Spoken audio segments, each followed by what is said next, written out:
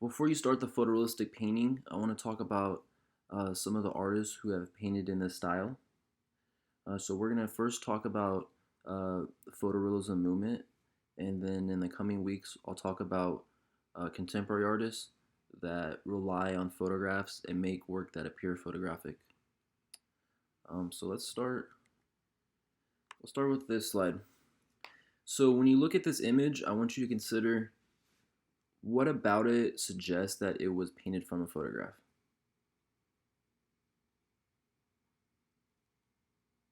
Some of the suggestions that it's painted from a photograph is the fact that it's highly detailed and it's of a scene that is quickly changing. So it would be very difficult, it would be impossible to make this without a photograph. Okay, so we're first going to talk about the photorealism movement. And the photorealism movement happened during the 1960s and 70s, and it continues into the present. And this is a group of artists that depended on photographs. They worked systematically from them, and they made paintings that looked photographic. So artists of the photorealism movement worked in a variety of media, including oil and acrylic painting, printmaking, and drawing. But since this is a painting class, we're going to be focused on the paintings. And the first key idea is that they work from photographs. And the truth is a lot of painters from a lot of different styles utilize photographs. And this has occurred since photography was invented. But the differences with photorealism painters is that they depended on the photograph. Their work couldn't be made without it. Let's look at Linda by Chuck Close. And I'm going to get out of the window and just zoom up a little bit. And I want you to consider what about this painting suggests that it depended on a photograph.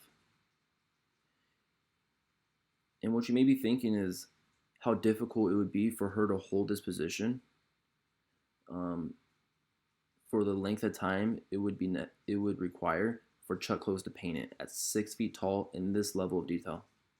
And there's no way that, her hair wouldn't change from one day to the next. Like the little curl right here wouldn't be over here, or her facial position, wouldn't change, and her wrinkles wouldn't be a little different from one day to the next. Or maybe she had a zit one day and then it disappeared, and then it appeared 3 days later. Her complexion would probably change. What if she got a tan? That would change as well. So another key idea is that photorealist painters use mechanical or semi-mechanical processes to paint. And they use these processes to transfer the information, the visual information, from the photograph to the painting. And there's two methods that are most popularly used. One is the grid system, and the other is the projector system. And here's a picture of Chuck Close using the grid system. Okay, so the grid system. This is a system that we're going to be using in this class. And basically, a grid is placed over the photograph, and then a grid's placed over the canvas, and then the visual information is transferred from the gridded photograph to the canvas. And with some artists like Chuck Close, he not only transfers the drawn contours onto the canvas, but then he also uses it to paint one square at a time. So if you look at this one, just painting to the right, he completes one square, and then he goes onto the next square, onto the next square, onto the next square, until the painting's finished. So the other popular method is the projector method, and that's where the image is projected onto a canvas, and then the artist traces the contours, from that projected image, and then paints from that.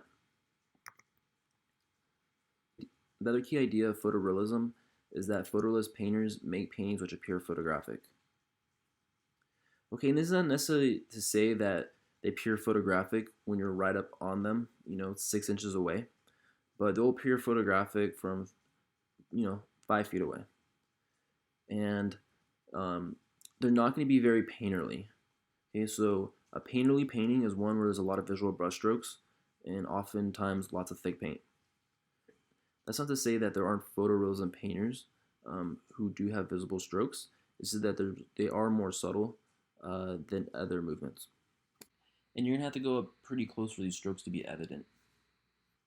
An important artist to the Photorealism movement is Audrey Flack, and she was one of the only women artists among the original photorealists. And it's because the Western art world hasn't been, historically fair towards women. And a lot of the subject matter was of still lifes, and they're often highly emotive. Okay, so here's some of her works. And what I love about the one to the right is how the beads are coming outside the frame. That's really cool.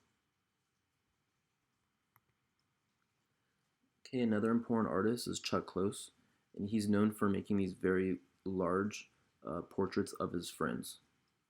So this portrait's 6 feet tall.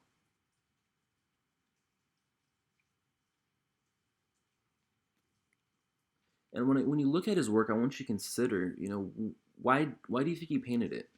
Like, what about painting makes it different than if it was simply printed out? Because if you already had the photo, I mean, he could have printed it out at a very large scale, possibly. So why do you think he painted it? I'm not sure if there's a very clear answer to this, but something I want you to think about.